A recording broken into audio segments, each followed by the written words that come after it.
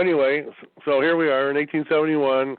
The United States has just been made into a dictatorship under former General Grant being the new president of the American United States Government Dictatorship Corporation. And so here you have good old Albert Pike, and he's written some interesting books. And he also started the Ku Klux Klan, really nice guy. Anyway, he wrote a famous letter to Italian bloodline agent and mafia founder, another good buddy of Albert Pike, the founder of the Italian mafia, and his name was Giuseppe Mazzini.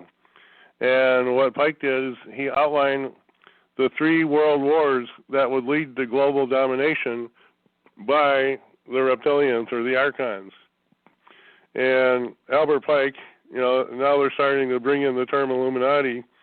So Albert Pike starts using the word Illuminati, and that was brought in for the benefit of a lot of people that would be talked into joining the Illuminati, and they were told that the Illuminati would they'll take care of you and your family, and you'll never have to worry about getting a job and all that kind of stuff. And they lie through their teeth and get people to join and donate money to the cause.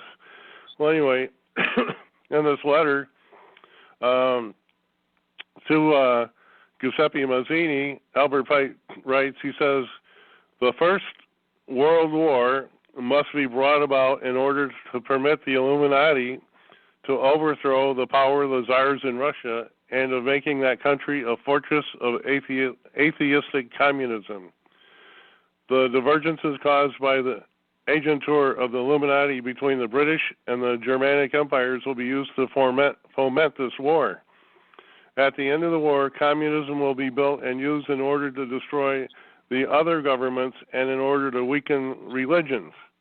Okay, so in 1871, these archons or reptilians knew that they were going to do World War I and bring about atheistic communism and be that organization, and sure enough, it has happened. It was created by the Rockefellers and the royal family through the Bank of London over in England. Now, you talk about planning ahead. He goes on to say the Second World War must be fomented by taking advantage of the differences between the fascists and the political Zionists.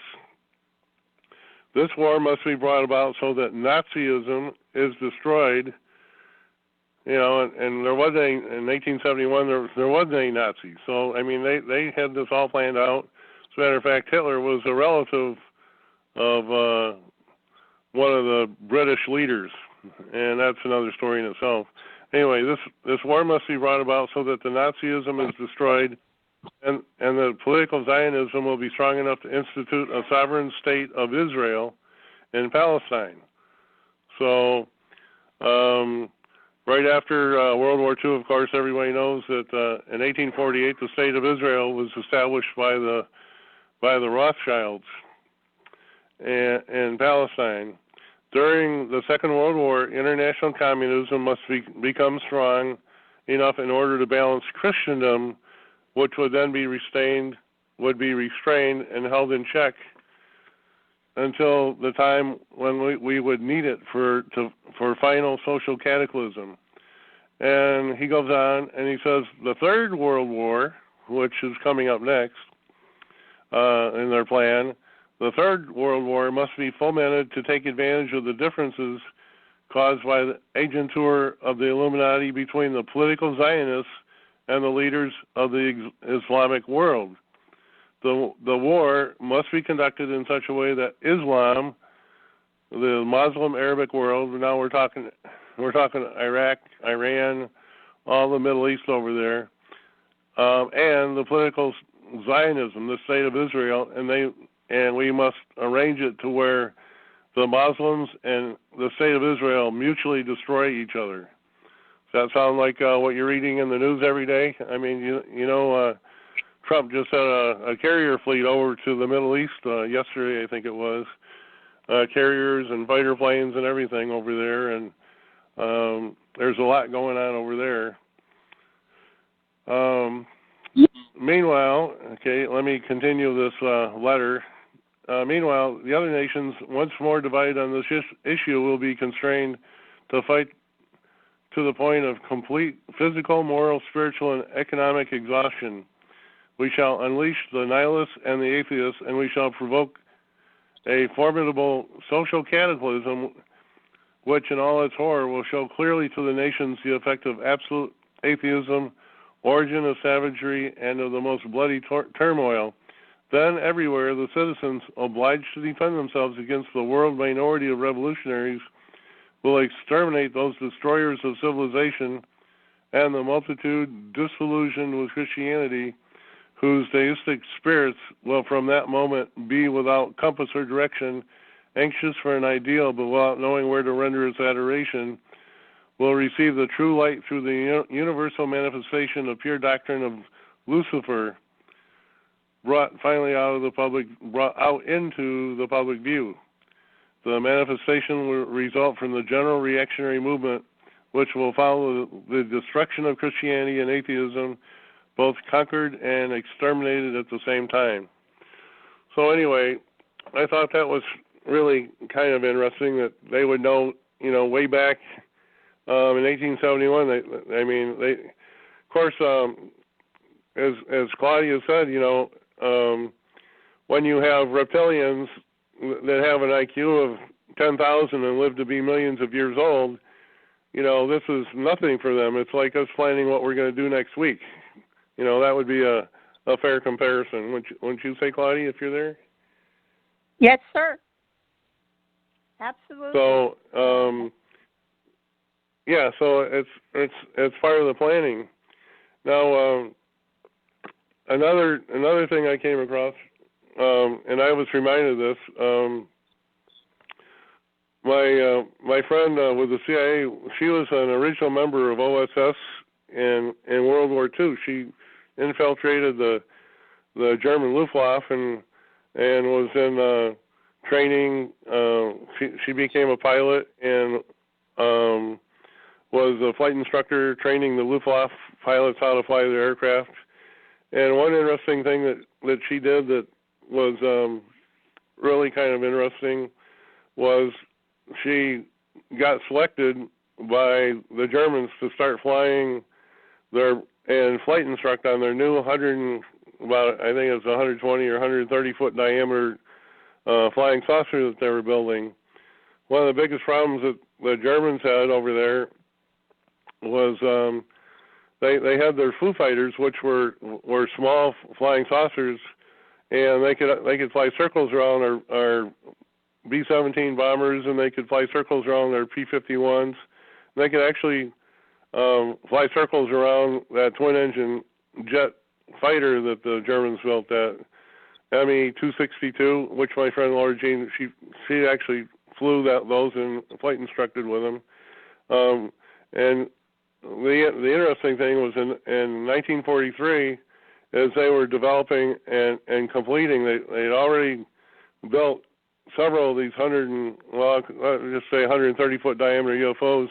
It was to solve the weight and balance problem because they wanted to use them for bombers, but the small craft had a very narrow weight and balance problem, so it was really hard to carry bombs and drop bombs and even have machine guns on those small craft that they had, because if they carried 50 or 100 pounds of ammo, by the time they shot all the ammo, the craft would be so out of balance they'd have to go land immediately before they crashed it, because it was a weight and balance issue. And if you're familiar with weight and balance, they have to be balanced delicately. Something like a helicopter has to be very balanced when they have a single rotor. The craft that the Germans, the small craft they had that same problem. They had a very narrow band for weight and balance for whatever they loaded inside the craft. Anyway, so they started building these larger craft, and they were set up to they had howitzers on them, and they had bomb racks, and they were going to bomb the living daylights out of everything, and they were going to win the war. However,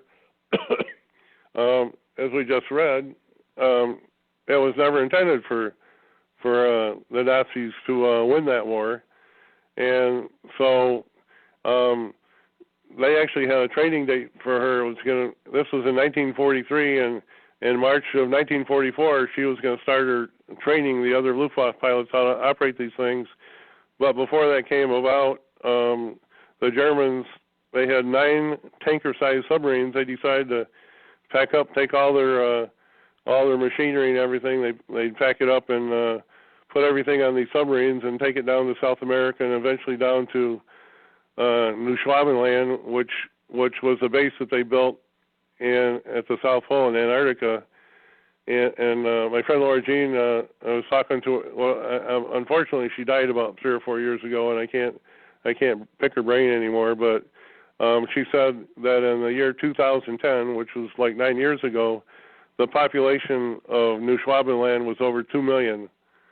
You know, and you never even hear about it in the news, but they had over 2 million people living and operating out of New Schwabenland down in Antarctica. So it was a huge operation, and it's still a huge operation today. But anyway, she knows about that. The Germans had been to the moon with their craft, you know, and of course, one of the most interesting things about all this was part of the plan was when the Nazis, I should say the Germans, lost the war, the United States government and the British government and the Rothschild-controlled Soviet Union all worked together to divide up the Nazi scientists and the people in Germany at the end of the war. And in the United States, the government arranged a plan that they called Operation Paperclip. And what they did with Operation Paperclip is the Americans brought 1,600 of the highest level engineers and technicians to the United States to start our space program, which turned out to be NASA, and that was run by the Nazi that most people know as Wernher von Braun, and he was the leader of the pack, and he's the one that designed all the rockets and everything. And they also brought over technicians for the UFOs, and they set all them up over at Wright Pat Air Force Base and had them start working on the UFO technology and advanced aircraft technology, and they went to White Sands and other places like that. And this was not very well known. Another 20, generally speaking, in most of the places you'll read, you'll find that there were 20,000 other civil servants that were Nazis that came to America, and they took over all the public offices like the Department of Education and throughout all the states and in the federal government, and they pretty much took over everything. They became really big wheels in the organization. And I have a lot to say about our 41st president, George Herbert Walker Bush Sr., Daddy Bush. I have some interesting information I'll be reading shortly about that. But anyway, what was interesting was the ones that the Nazi scientists and ones that did not come to the United States, the rest of them went to the Soviet Union and started the Soviet Union's rocket program, and they started setting up rockets, and they were the first ones to set up, you know about Sputnik and all that stuff that was going on. Well, unbeknownst to the American public, the Nazis were collaborating with each other. It didn't matter whether they were here in the United States or over in the Soviet Union. They were all working together. And just an example of how well they work together, Sandy and I have very first-hand experience about that. When Kennedy announced that, you know, somewhere around 1961 or so, that he challenged the American people to send a man to the moon and return him safely to Earth. Well, Kennedy knew all about this program. He knew all about the Nazis. He knew that we had Wernher von Braun in the United States working with the scientists over in Russia, and we actually stopped. We had the smarter guys, and we were much more advanced than the Soviets, but we had to delay some of our rocket launchings just so the Russians could put theirs up first and say, hey, we got a space race with the Russians.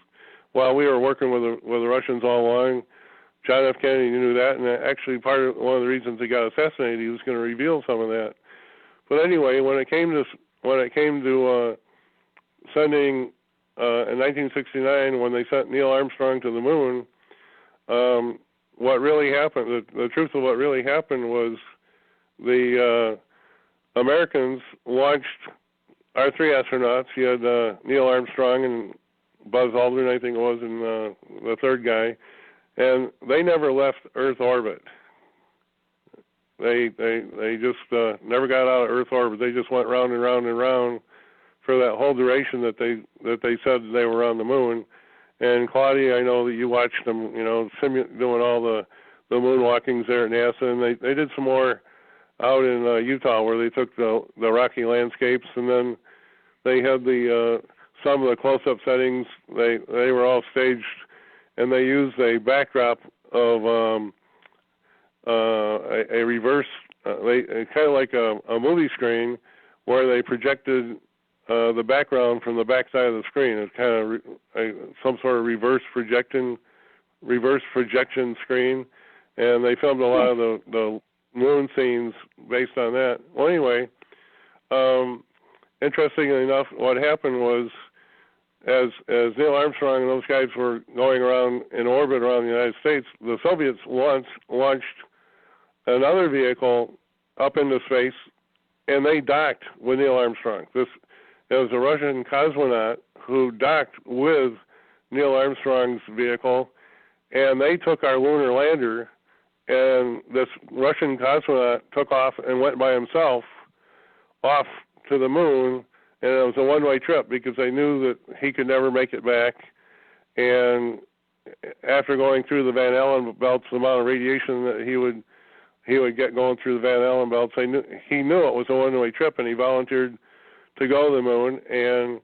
And so today, when Neil Armstrong and all the NASA scientists say we went to the moon, well, it reminds me of an old story my dad told me. He says, me and Pa killed the bear. Pa shot him. Well, we humans went to the moon. It wasn't Neil Armstrong or any of them. It was a human cosmonaut that went. So we went, but we really didn't. Neil Armstrong really didn't go. It was the Russian cosmonaut.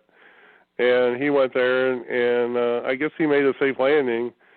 And what was interesting was Sandy and I were down in Florida on vacation. What was that, about 5 years ago? About 5 years ago, Sandy and I went down to vacation in Florida, and I wanted to run an airplane because I'm a commercial pilot and I like to fly, and I wanted to rent an airplane where I could just go fly up and down the coastline and fly around Naples, Florida. That's where we went. And so we go out to the airport, the local airport, and I'm looking for a place that rents airplanes, and we find this one place, and we go inside, and we start talking to the guy running the show, and while we're talking to him, the weather became almost unflyable. We had like 30 or 40 mile an hour winds and about 1,000-foot ceiling. So what I wanted to do was untenable, and we got to talking to this guy, and it turns out this guy invited us out for a steak dinner.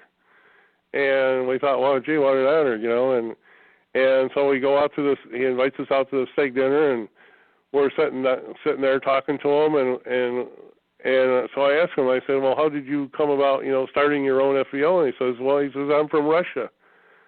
And I said, well, what did you do in Russia? And he says, I was one of the professors in the astronomical, the largest, most famous Russian astronomical or astrophysics university, and he taught astrophysics and space flight. He was one of the professors that was involved with space flight. That was one of his specialties. And and I thought, wow, this is really neat, talking to this guy. And I had just finished reading a book that was written by a couple of researchers, and you can find this book. I have a copy downstairs. I don't recall the name of it. But these guys go in and in this book, they explained the same thing I was just saying, that it wasn't Neil Armstrong that went to the moon. It was this cosmonaut. And so while we're sitting there, and while we're eating, and we got waited on, they served our steak, and I said to him, just as he was taking a bite of his steak, I said, well, since you're from Russia and all that, you must know that Neil Armstrong never went to the moon. It was your cosmonaut that went. And his jaw dropped. He dropped his fork on his plate, and he had this bewildered look on his face. His eyes got big as silver dollars, and he says, "How do you know this? How do you know this?" And I said, I just finished reading this book where they talk all about it. And he says, Americans aren't supposed to know that. And I said, well, I know it because I just read a book and it was proven to me. And he says, well, it's really true. That's exactly what happened. He said, that's exactly what happened. And over next to their one of their launch bases over in the Soviet Union, they built a huge memorial for this cosmonaut in memory of his volunteering for his one-way trip to the moon. So, we had, full confirmation of how the cosmonauts, or this one cosmonaut, went to the moon using our craft, and everything else was faked. And that's why, of course, if you watch Armstrong and his first talk after they got back and everything, after the first interview, Neil Armstrong refused to talk about the space mission anymore. He became a real recluse and wouldn't go in public anymore because he just did not want to be recognized as the first man on the moon when he never left Earth orbit.